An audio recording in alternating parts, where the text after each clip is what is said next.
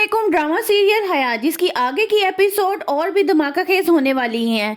मुबारक मंजिल जहां रिफत और साइमा के दरमियान एक खामोश जंग चल रही थी, अब इस जंग का पता बेगम मजदूर को भी लग गया है। बेगम मजदूर के कहने पर रिफत साइमा की मां के घर जाती है और इसको वापस लाने के लिए, मगर वो इनकार कर देती है। फिर जरार भी जाता है मगर साइमा के वालिद इसको भेजने से इनकार कर देते हैं, ये कहते हुए कि तुम्हें पहले प्रॉपर्टी का कुछ हिस्सा इसके नाम करना होगा। और साइमा भी एक तरफ जरार से कहती है मैं उस घर में नहीं जाऊंगी, मुझे अब एक अलग घर चाहिए जहां मैं अपने आप को महफूज समझूं। मैं उस घर में अपने आप को महफूज नहीं समझती। वापसी पर जरार इस बात पर सोचता रहता है कि आखिर ऐसी क्या बात हुई है जिस पर साइमा अपने आप को महफूज नहीं समझ रही।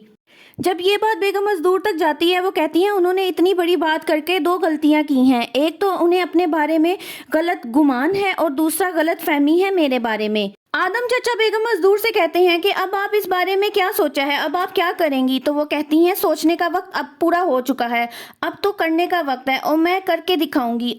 अगली सुबह मुबारक बेगम वकील को बुलाकर कुछ पेपर्स तैयार करवाती हैं और वकील के जाते ही इरम वहां आती है, जिसको हया की हरकतों पे कहीं ना कहीं शक होता है। वो जानती है कि इन सब के पीछे हया का हाथ है।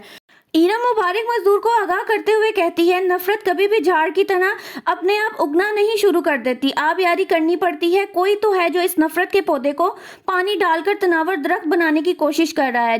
इरम की बातें सुनकर मुबारक बेगम सोचने पर मजबूर हो जाएंगी कि इरम की बात में दम है, वो जो कह रही है सही कह रही है। कोई तो इस घर में है जो ये काम कर रहा है और हम सब इससे बेखबर हैं। हया जिसका काम सब लोगों की बातें छुप छुप कर सुनना है, वो इरम और मुबारक मजदूर की बातें छुप कर सुनती है। जिसके बाद वो इरम के कमरे में जाती है और उसको कहती है ये जो तुम तीर बरसा रही हो तुम्हें मैं सूद समेत वापस करूंगी। जिस पर इरम आगे से मुस्कुराने लग जाती है।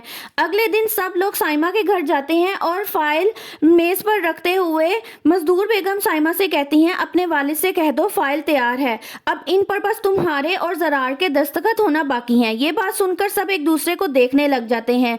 आखिर इस फाइल में कौन से पेपर हैं? क्या ये प्रॉपर्टी के पेपर्स हैं या तलाक के? जानने के लिए मेरी वीडियोस को लाइक करें, चैनल को सब्सक्राइब करें और हाँ, बेल आइकन का बटन जरूर प्रेस कीजिएगा।